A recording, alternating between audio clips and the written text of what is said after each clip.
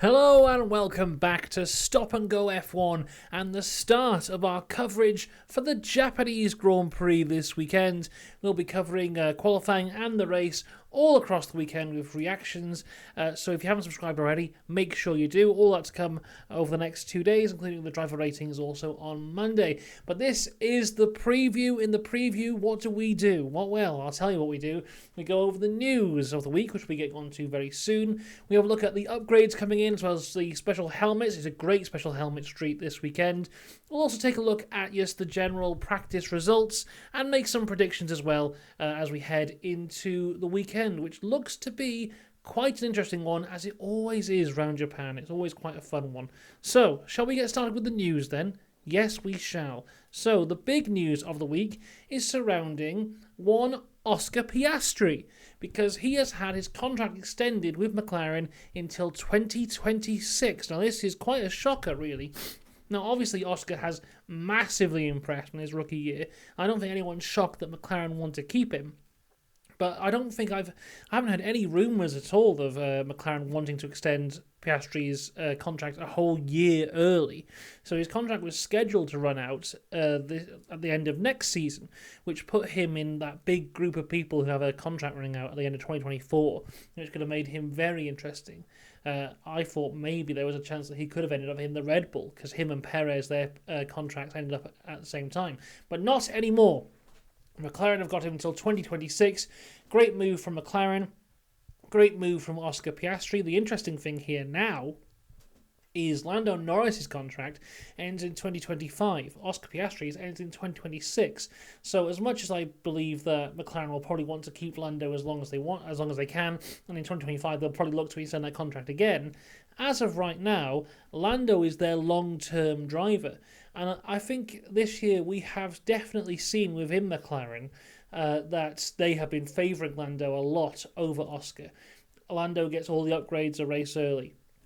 If the two are close to each other, even if Oscar's in front, Lando gets the first pit stop call, which normally benefits him later on in the race. So I'd like to see now, with this brand new big contract under his belt, does Oscar Piastri get treated a bit more fairly in McLaren? I hope that he would into next year and at the end of this year as well. So this is great stuff for McLaren, though. Really good partnership in that team. Arguably one of the best partnerships on the grid right now. You've got a lot of teams now who have two fantastic drivers as part of their team. You know, you've got Ferrari, both their lads are really good. Carlos Sainz coming into some kind of amazing purple patch right now. We've also got Mercedes having a great pairing there as well. And McLaren can add their names to that list as well. Other contract news, Yuki Tsunoda is reportedly set to be confirmed as one of the AlphaTauri drivers for 2024. Well, the rumour goes on, though, to say that Ricciardo will be announced later this year. Now, I think this is a big old mistake. What's quite interesting about this is it was rumoured at the start of the week for this Suzuka weekend at the Japanese Grand Prix, Yuki's home race, that he'll be announced as the driver for 2024. As of right now, that hasn't happened yet, so maybe this isn't true. But personally, if it was me in charge of AlphaTauri, I would not pick Yuki as the driver for next year. I would pick Ricciardo and Lawson, because I think Lawson is the real deal. He is incredible. He's 3 races in, dropped in halfway through a season, had some of the toughest races he's had to do, and has already achieved the best finishing position of AlphaTauri all year. He is incredibly good and will only get better. Now, I did a video on Nick de Vries when he left. It's called The Trial of Nick de Vries. It's one of my most viewed videos on the channel. Check that one out if you like. But in that, I talk about AlphaTauri rookies and AlphaTauri as a team. And I said in there that I think Yuki Tsunoda has been given a lot of time to show his promise. This is his 3rd season now in F1, and I don't think in his 3 years of Formula 1 he has shown anywhere near the skill that Liam Lawson has shown in his 3 races in Formula 1. And we often talk about AlphaTauri as this brutal team that will cut you off. And with the whole Red Bull program, we often talk about them being brutal and kind of cutting down careers a bit too early. But Yuki Tsunoda is the complete opposite of that. Yuki is very good. He's very good. but he's not that high standard, and he's still been given 3 years, and he might be given even more years here. I don't think Yuki's getting any better than he is right now. He's good, but he's not the great. I don't think he will ever be ready for a Red Bull. He's not better than Perez. I don't think so at all. He's not better than Perez. If you put him against Max, he would be destroyed. I don't see that happening in terms of Yuki Tsunoda, so I don't know why they continue to go down that path. You know, there's a point where people used to say, well, Yuki Tsunoda, he's a Honda boy, the Honda with the Japanese manufacturer want a Japanese driver, that's why Yuki's there. They're not with Honda anymore. And Yuki's not showing the promise that he once was supposed to have. Liam Lawson is, and he's right there. And if they don't grab him, someone else will. The reason I'd keep Ricciardo on as well, because Ricciardo is proven as a good driver. I think in the 2 races that he's had this year, he hasn't really had the chance to prove that he's still there. I think he had, in Hungary, he looked very good, but got caught up in that lap 1 incident. Otherwise, I think he would have had a great race. In Spa, he has got trapped in DRS trains, and then from there he hasn't really. That was his 2 races. Maybe when he eventually comes back, he'll be able to show us how good he is again there. But if you have Ricciardo and Lawson, you have Lawson as a young driver learning from an experienced Formula 1 proven winner, and that's a great combination. I don't think Yuki's going to get any better. You may disagree with me, but I don't think Yuki is the right guy for AlphaTauri for next year. But the contract has not been announced, so maybe that is still up in the air. Lots of contract news, though, because we go on to now talk about Mick Schumacher, who's currently the F1 reserve driver for Mercedes. Now, I think we talked about this last week, but yeah, it's looking more and more likely that he will be driving for Alpine in the World Endurance Championship next year, which I think will be a great place for him. But the new news coming out now is if that was to happen, he would still be the F1 reserve driver for Mercedes and Mercedes affiliated teams.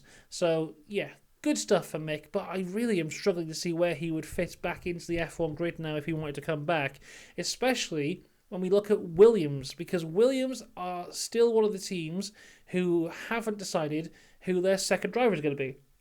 Now, Logan Sargent is currently in that seat. His contract will end the end of this year. And Mick Schumacher is one of the names being batted around for the Williams. Apparently Toto Wolff went to bat for him for that second Williams seat, but James Vowles said no.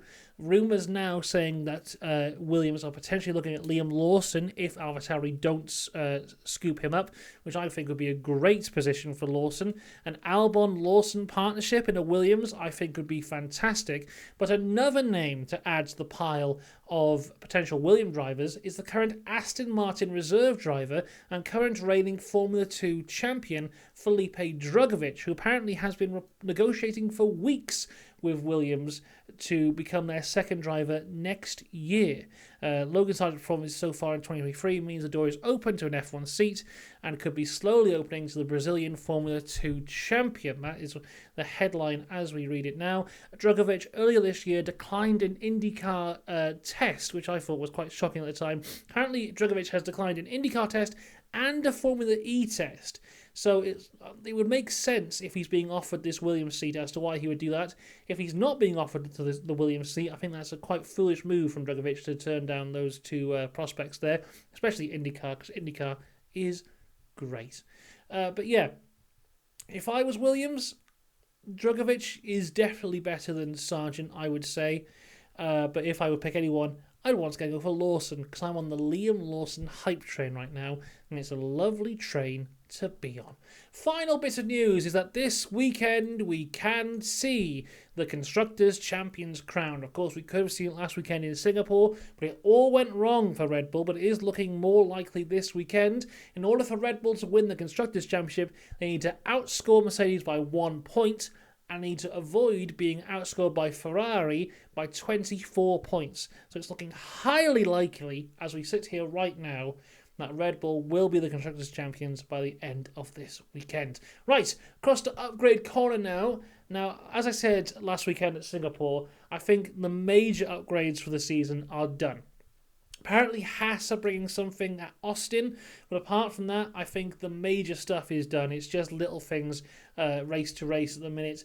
So upgrade corner, Ferrari have brought a new floor body, Mercedes have brought new rear wing, McLaren new side pod inlet, AlphaTauri new rear wing and new rear view mirror. Second race in a row that AlphaTauri have brought new rear view mirrors. Williams have brought floor fences, and it's Aston, Red Bull, Alpine, Haas and Alfa Romeo with absolutely nothing. Right, leaving upgrade corner now to visit Special Helmet Street. If you're watching this on the YouTube rather than on your Spotify or podcast provider of choice, have a look at your screens there, because this is Special Helmet Street. We're starting with Fernando Alonso, who's gone for this Japanese-inspired helmet here. I really quite like the red circle for the flag with the number in the middle, and on the back is the drawing of the samurai, which is the same one that he has as a tattoo on his back. Very nice helmet from Fernando Alonso. Also, Esteban Ocon has gone for this look. It's a very popular look this year, where you just have your normal helmet, but you make it all white with hints of red, then a red circle or red something in a circular shape on the top to represent the Japanese flag. Yuki Tsunoda has gone for a similar thing for his home race, so very much his normal helmet with the leaves taken off and then kind of put into this leaf circle, red circle formation thing here at the top. Max Verstappen has gone for a similar thing as well. His normal helmet, but kind of all the colours taken out, changed to white. The line on the top has the red circle underneath, looking great. Zhou has gone completely out of left field, and if this does have any kind of Japanese semblance, let me know, but I don't really know any that is like this, because it's just a completely blue helmet. It just seems like maybe he just wants a change. This is what he's gone for. It looks quite nice though, I like it a lot. Lance Stroll's I think is very nice. So there's questions earlier towards the week if Lance Stroll will be even competing or not, but he is here, and this is his new helmet that he's brought here for the Japanese Grand Prix. Kind of looks like it's been drawn on. It's like a draft design for a helmet. I really like it, including the Canadian flag at the top, which has been drawn as well. I like that a lot. But there is only one person who we can speak about as the winner of Special Helmet Street this weekend, and it is Lewis Hamilton, who unveiled this earlier this week. Now, this is incredible. So it's a chrome helmet, silver chrome, with the gold chrome strip down the middle, and then there's lights in the visor to make him look like a yellow Cyclops. It's unbelievably good. Now, so far, in Practice 1 and Practice 2, he hasn't even used this helmet. So I don't really know what he's doing. Maybe he'll use it for later on. They did discuss it a bit on the Sky coverage. And Karun Chandhok said that you would never go into qualifying or a race with a helmet that you haven't used yet, because what if it feels wrong or something like that. So my feeling is if you don't see Lewis use this in FP3 tomorrow morning, we might not see him use it at all, but I hope we do, because it looks incredible even without the lights. I would be utterly shocked if this visor lights up on race day, because that looks like, even if it's not too heavy, it's a weight in the car that they don't need. So I think you'll just have the normal chrome look, but even the normal chrome look looks incredible. This is absolutely fantastic. I love it. It might be my favourite helmet of the year, and hopefully we will see it this weekend at some point. There we go. That's Special Helmet Street done. Let's now take a look at some of the results from the practice sessions today, because they tell an interesting story, let me tell you. Let's go to FP1. Now, of course, we are all aware of the struggles Red Bull had last weekend at Singapore. And what was very interesting this morning for FP1 is the two Red Bulls ran different floors. Now, Sergio Perez, he ran the floor that they used in the Singapore race. Max Verstappen used the floor that they ran for FP1 and FP2 of Singapore, which was the floor that didn't agree with the car whatsoever, completely destroyed all their momentum and ruined everything for them. So Max was using the floor that was rubbish. Sergio was using the floor that they used for the race and had been using for the majority of the season. We get to the end of FP1, and Max Verstappen, with the floor that doesn't allegedly work, was 1.3 seconds quicker than Sergio Perez. Now, obviously, we do not know run plans, engine modes, blah, blah, blah, blah, blah, but you would guess that being 1.3 seconds slower was not right, because Sergio Perez for FP2 went to the same floor as Max Verstappen and was a hell of a lot quicker, which just adds so many additional question marks to that Singapore weekend, because it just seems like I don't even know what happened there, but the faster the Red Bull seemingly is everywhere else, the slower it was in Singapore. It makes no sense. I have no idea what went on, and maybe we'll never will, because there's something that was wrong last weekend, and it's seemingly right this weekend, as Max Verstappen has topped both practice sessions thus far. But Ferrari still look quick. Not challenging for wins quick, but possibly second place, third place quick. Carlos Sainz was second in the first practice session. He was 6 tenths off of Max Verstappen. Then Charles Leclerc was fastest in the second practice session with 3 tenths off there as well.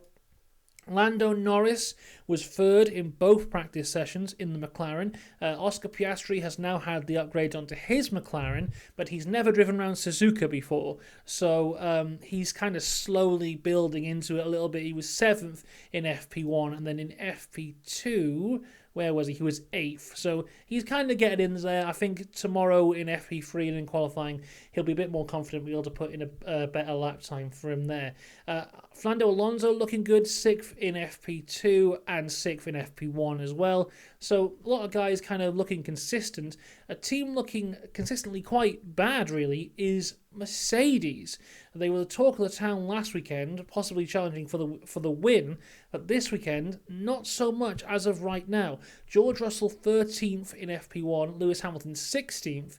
Then across to FP2, we have George Russell, who was able to get 5th, but Lewis Hamilton struggling again in 14th place. And Suzuka is a track that has always been quite nice to Lewis Hamilton. He's quite good around this track, but he has been struggling this morning. So that is one to watch in the Mercedes camp. They do not look to be on it so far this weekend, but I imagine they'll get on top of that as we go on. So, predictions for this weekend. My 2 predictions. Interestingly, I think last weekend in Singapore, my 2 predictions were right, because I had 3 different teams on the podium, which was right. There was a Ferrari, there was a McLaren, and there was a Mercedes. So that's 3 different teams on the podium. And I said a Ferrari on the front row, which was true because Carlos got pole. So there you go. You have to listen now when I talk to you about my predictions. My first prediction is another points finish for Liam Lawson. As I said, I'm on the Liam Lawson hype train. He's done incredibly well. Great points finish for him last time out in Singapore. And I think the reason he'll do well this weekend is because it's at a track he's actually driven at before, which will be quite nice for him. He's got a lot of experience around the Suzuka circuit. He's been in Super Formula all year. I think this is the one. He'll do really well here. I think he's going to have a very good weekend, is Liam Lawson. My second prediction is that I think Ferrari will be the second fastest team of the weekend, which they have been for the last few weekends consistently, apart from last weekend when they were the first fastest team. So another good weekend I think is coming for Ferrari, but I still think Red Bull will be on top, and we'll be talking about them being Constructors Champions of the World come Sunday morning. I think it said Sunday evening there, but Sunday morning it'll be here in the UK. So, there you go. There is my preview for the Japanese Grand Prix. Let me know your predictions. Let me know what you think of all the news, all that good stuff. What's your favourite helmet on Special Helmet Street? All that and more. I'd love to hear from you. Anyway, until tomorrow for qualifying, have a good one. Goodbye.